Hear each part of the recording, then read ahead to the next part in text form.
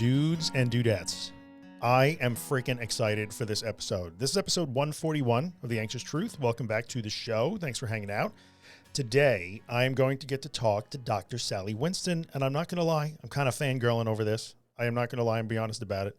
So those of you who have listened to the podcast for any extended period of time have heard me talk about things that Dr. Winston writes about, teaches about, has made a career being an expert on for years, along with her writing partner, Dr. Marty Seif. And Dr. Seif was on the podcast about a year and a half ago. They've written some amazing books, Overcoming Unwanted Intrusive Thoughts. The one we're going to talk about today is Needing to Know for Sure. And she's written books with Dr. Seif for other therapists to use. So to give you a quick rundown, Dr. Winston is the real deal, right? She is the real deal. She is the founder and co-director of the Anxiety and Stress Disorders Institute of Maryland. And she is the first chair of the Anxiety and Depression Association of America's Clinical Advisory Board. She's received awards for this stuff. She is literally considered a master clinician. She teaches other therapists how to intervene and treat anxiety disorders. The woman knows what she's talking about. I'm super excited about this. So I don't want to waste any more of your time. I want to get going right away. So, all right, let's get cooking. Let's bring Dr. Winston on, and you guys are going to dig this. We're going to talk about needing to know for sure. This like need for certainty and guarantees that we can never have. So here we go. Okay, we are back. I have Dr. Sally Winston on with me, where I could see her. You guys can't see her since this is audio only. But Dr. Winston, thank you so much for taking the time to come on the podcast. I cannot tell you how cool this is. Oh, yeah. Thank you so much. I know you guys are busy.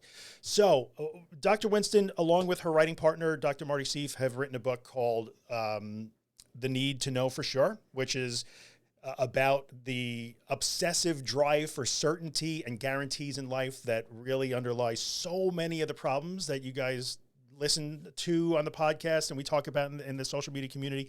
And we all know that we hate uncertainty and we hate vulnerability and we hate feeling unsafe because we don't know. And Dr. Winston helped write what is a spectacular book on this topic. I would urge you all to listen to it. And if you go to theanxioustruth.com/141, that'll be the show notes for this episode. I'll have a link where if you guys want to check out the book, you can go get it.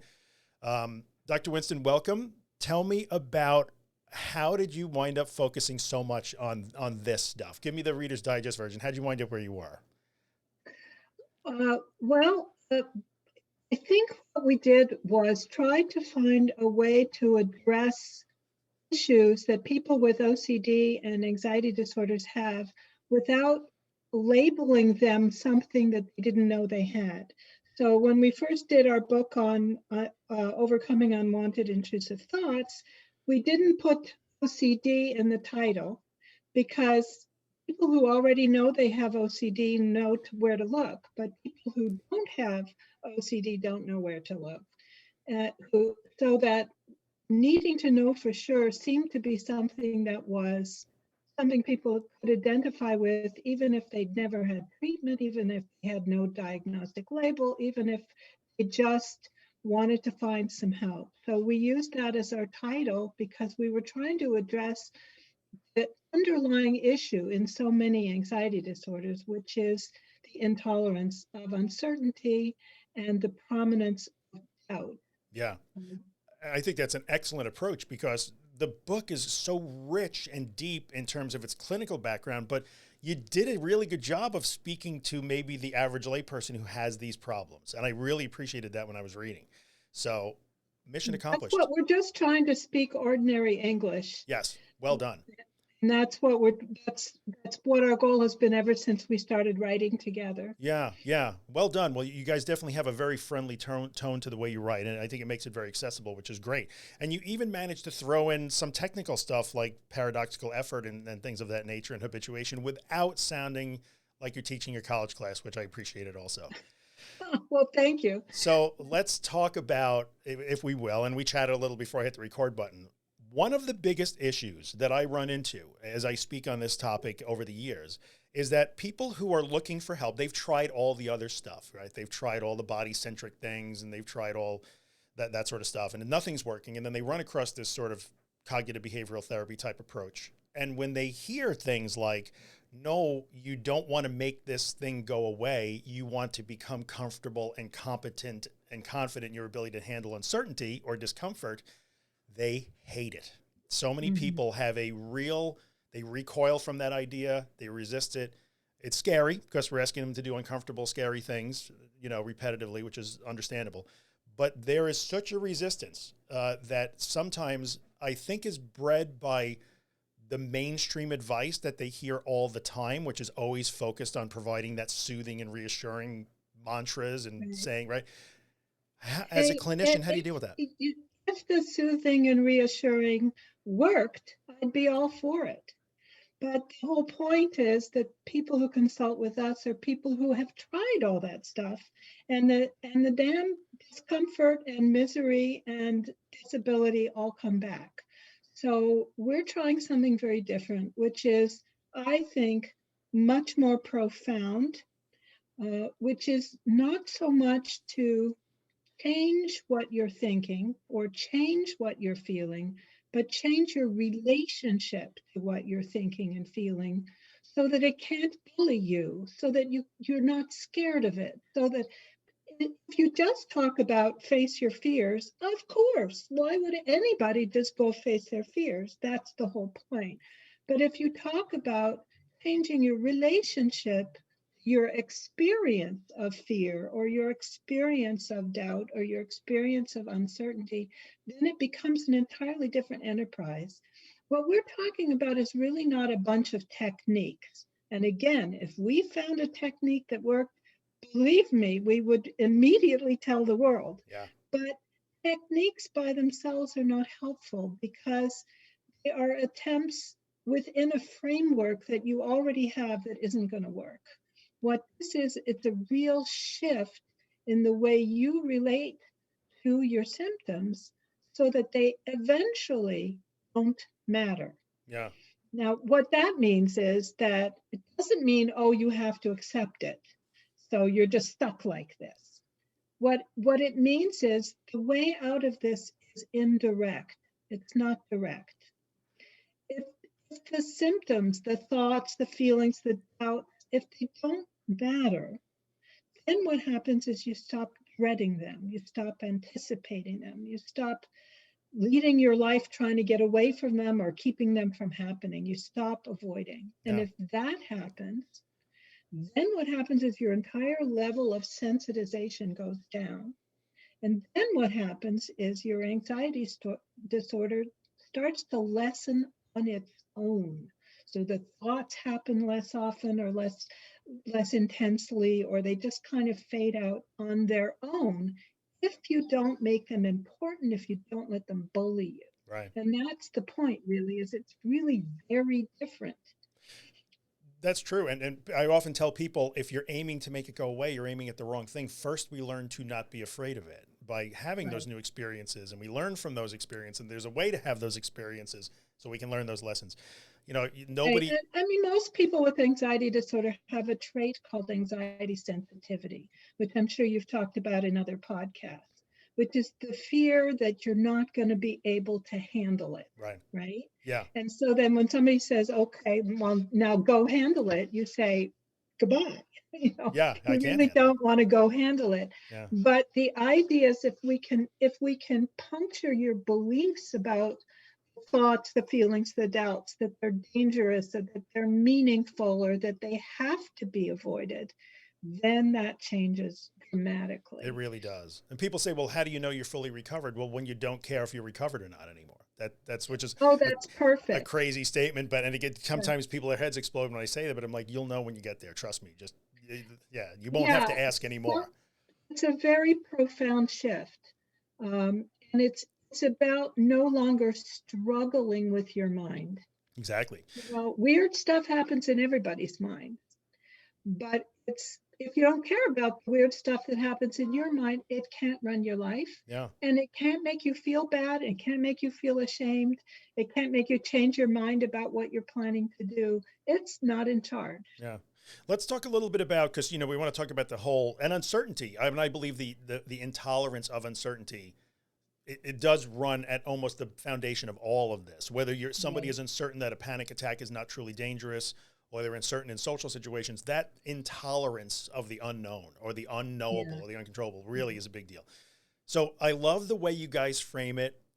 worried mind, false comfort, wise mind. And I read somewhere there where you want to actually give them names, OCD, which was Yes. brilliant. So, but what I find, here's one of the things I find fascinating. And again, you guys really have to check out the book, follow the link and go to the book, because the way Doctors Winston and Steve frame this is really, and the dialogues you show between these three components of your mind, excellent.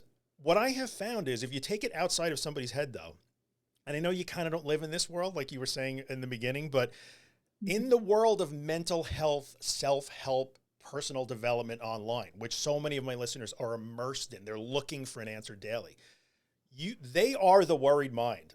Yes. The false comfort is the internet. It is all of the self-help and soothing people, and you got this, and gratitude journaling, and choose happiness, and you got this, you'll be okay. Aromatherapy and everything else. You are my hero. Yes, thank you for saying aromatherapy, essential oils, weighted blankets. I get so much heat for picking on those things.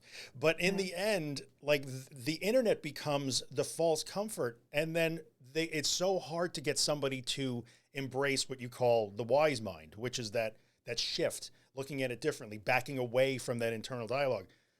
Where does the wise mind come? I have found that, like, unfortunately, a voice like yours gets drowned out. You are the wise mind in this, in the end, if we look at it externally, right? So the person is the worried mind, the internet at large, the mainstream sort of mental health, self-help thing is false comfort.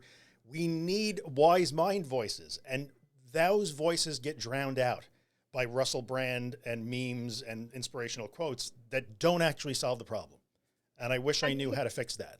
I'm afraid that's actually the reason that Marty and I started writing, is that we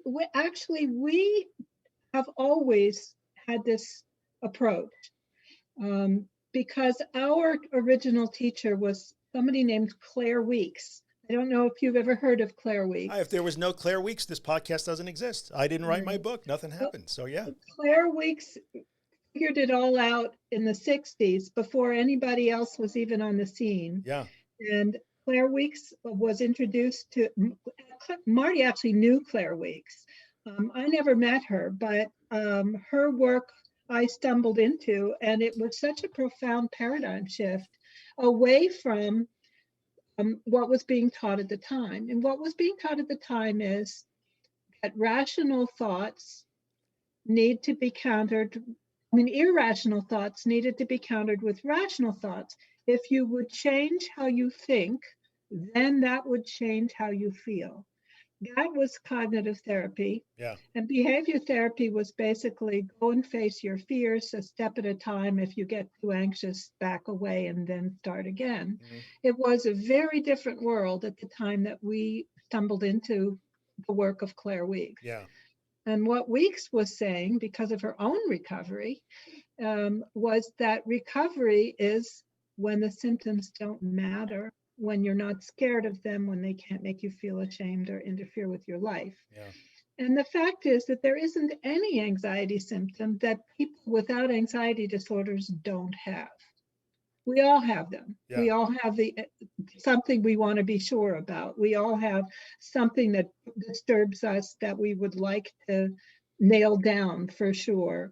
We all have bizarre thoughts or embarrassing thoughts, or all of the symptoms, including times when your heart beats fast. Mm-hmm. But the difference is that people with anxiety disorders seize on them and then work on them. They get entangled with them. They try to get rid of them. And that entanglement all by itself is the power. That's what gives the power to the symptoms. Yeah, yeah. It's the entanglement. It's not the symptoms themselves. This is a hard sell at the beginning. Oh, it is a hard sell. Because there's so much about here's how you relax. And frankly, if you stumble into something that really works, more power to you. You don't need to listen to me. Yeah. But what happens is people try everything one after the other, and they're always searching because the symptoms come back. Yeah, and that approach that says I'm going to try and soothe it, this is how you relaxed. If I see one more post about here's 5 things you can do when you have a panic attack, I'm going to lose my mind. But they're out there and people are immersed in them. And then they gain what I like to call almost contextual recovery. I'm okay as long as. Right, as And, long as I don't leave the state of Maryland, as correct. long as I have my husband with me, as long as I don't leave my house. Yeah. Yeah. But Or, we're trying to yeah, eliminate the as long as. This statement ends with I'm okay. Never I'm okay as long as, just I'm okay. Which, I'm okay enough. yeah. Oh, that's good. Now you talked about that in the book. I'm certain enough, or Yeah. I don't, I'm not, I can't have But, certainty, but I can make as the best guess. right, Yeah. it's always the best guess. And as Marty says in the book, when I say I'll meet you at the corner for coffee at 10 o'clock, I don't say barring I have a heart attack before I get there or that I'm not hit by a car on my way there. I just kind of assume I'm probably going to get there. Right. And most of life, we do just kind of assume we know. Yeah. Um, and so we have that skill. We have the skill of living with the illusion of certainty. We kind of know if you poke at it a little bit, you can see that you can't be certain. Yeah. We're willing to kind of go with that, except for this one thing Yeah, that you have to know absolutely. that is so true. And I've had people, yeah, like in my Facebook group and like I said, the social media community around the podcast, every once in a while, they have that light bulb moment. Like, wait a minute, how come I don't care so much about this thing, but this thing? Oh, I really care about that. And they notice it. So Right, let's talk right. for a minute about, the fear. It all comes down to fear in the end. It's fear of the uncertainty, the unknown, the uncontrollable, and the seeking of reassurance. Let's talk about the difference between productive reassurance and unproductive reassurance. It's Right. huge. It There means is such a everything. thing as productive There is. reassurance. Yeah. If you think to yourself, did I put my keys in my pocket? Then you check your pocket, there are your keys, and then you carry on. Yeah. Or or if you have a blood test result that looks weird, you go to the doctor and he says, no, that's fine. We see that all the time. We'll just check it in a year or so and see what happens. And you're done, and you're done. So productive reassurance has an ending, and it ends either with an action plan or a no action plan. Like you make a decision to either do something or not do something, and you don't revisit all your doubts. Now, that doesn't mean that productive reassurance gets rid of all doubts, because it doesn't. Right. You can always have doubts even though you have an action plan. But you're proceeding. It doesn't loop around the way unproductive reassurance does, where you come back and you need more reassurance and you come with, yes, but what if? That happens over and over and over again, looping and taking over your life. So Right. unproductive reassurance is reassurance that is either hidden, empty, or provokes more checking. Yeah. Right? Yeah. And I think knowing the difference. And sometimes it's really difficult when people seek that reassurance and you have to tell them, I'm not going to give that to you. In fact, at some point, I'm not going to even let you ask for it anymore. And I'm going to try and offer productive reassurance. And I'm going to reassure you of something different, which is that you can handle not knowing. So as opposed to saying, it's okay, it's going to be fine, because I don't know if it's going to be fine. We never know. But I can say to somebody, well, we don't know if it's going to be fine, but you can handle whatever comes up. Well, yes, and we have to be kind and compassionate about this. Right. But it's not kind and compassionate to continue to do something that doesn't help. Yeah, that's true. And Temporary the comfort. ultimate kindness is to say you're strong enough to handle this. But it can be done with humor. It can be done together. It can be done lightly. Yeah. It can be done, oh, there you go again. It's often done with me starting to give reassurance and then realizing I just got trapped, laughing at myself. Yeah. Because it's a natural thing to want to reassure someone who's asking for reassurance. Of course. But the fact is that you don't need that reassurance, even though you think you do. And so it's very, very respectful to collaboratively not reassure. Yeah. And that includes the patient not reassuring themselves, which is much, much, much harder to deal with, because people have developed habits of talking back and forth in their head. They say, well, what if? And then they say, oh, don't be silly, in their heads. And you would think that, oh, it's going to be fine, coming from you, what some bad therapies call positive self-talk. Oh, You would think that that would be helpful. Actually, it ends up reinforcing the what if, and the what if comes back. So that kind of automatic self-reassurance, people have practiced for years and years and years, and it's very hard to stop it. It is hard. So what happens is you issue to yourself a what if, what if I'm sick? And then you issue to yourself before you can even think about it, oh, come on, you'll be fine. And you don't even realize you've done it. So the treatment says to you, no, bring back the what if again. Always end with the what if. Always end with the O. Don't end with the C, the protecting or the compulsion. Right. End with the O, and then just stop right there. And if you're very consciously allowing yourselves a thought that, what if I'm sick? Right? Mm-hmm. Not what if I'm sick, Yeah. but allowing yourself the thought that, what if I'm sick, which is quite different because it's a thought. Yeah. And all of this work is about not addressing the content of the worrying, but addressing the way it acts, the way it repeats itself, the way it behaves, the way it feels, but not the content. Yeah. Yeah. So many good points. I loved how you talked about, maybe using humor and being kind and gentle with slowly sort of taking away that reassurance. And you're right. It's easy to get trapped in providing it because we all want to make each other feel better. That's just Exactly. It's wired into us. So much of the things that you guys write about and I talk about are counterintuitive, which makes them hard to accept, but yet they work. So good. Yeah. If you think about facing fears this way, that imagine a ladder that's in soft dirt outside your house and it's leaning against your house and it's got, I don't know, 8 steps, but it's very, very soft dirt. If you get on the first rung, the ladder goes into the earth. And you get on the second, it's only 1 step on the second, and the ladder goes further into the earth. By the time you get to the top of the ladder, it's 1 step. And there's a whole ladder underground and just 2 little poles and a little tiny step. And if you work with yourself in that gentle way, then you get to the top of the ladder. Yeah, we talk about fear ladder a lot, so that's great. This is so good. I could talk to you about this for 2 hours. Clearly, I won't do that, so we'll wrap it up. There's so many things to cover in this book that we can't go through all of it, but I think you've been tremendously helpful, and I so appreciate you taking the time to do this. I'm glad to do it. Yeah, thank you so much. Thank you for the big audience you have and for disseminating this attitudinal shift, this whole different way of approaching anxiety, because there's not a lot of people who are doing that. So I really am glad you are. Well, thank you so much. I'll keep fighting the good fight, or I'll try anyway. And if you'll do it again, maybe we'll have you back on because I know that everybody's going to really enjoy listening to this. So okay. All right. Thanks, Dr. W. Appreciate it. Okay. Take care.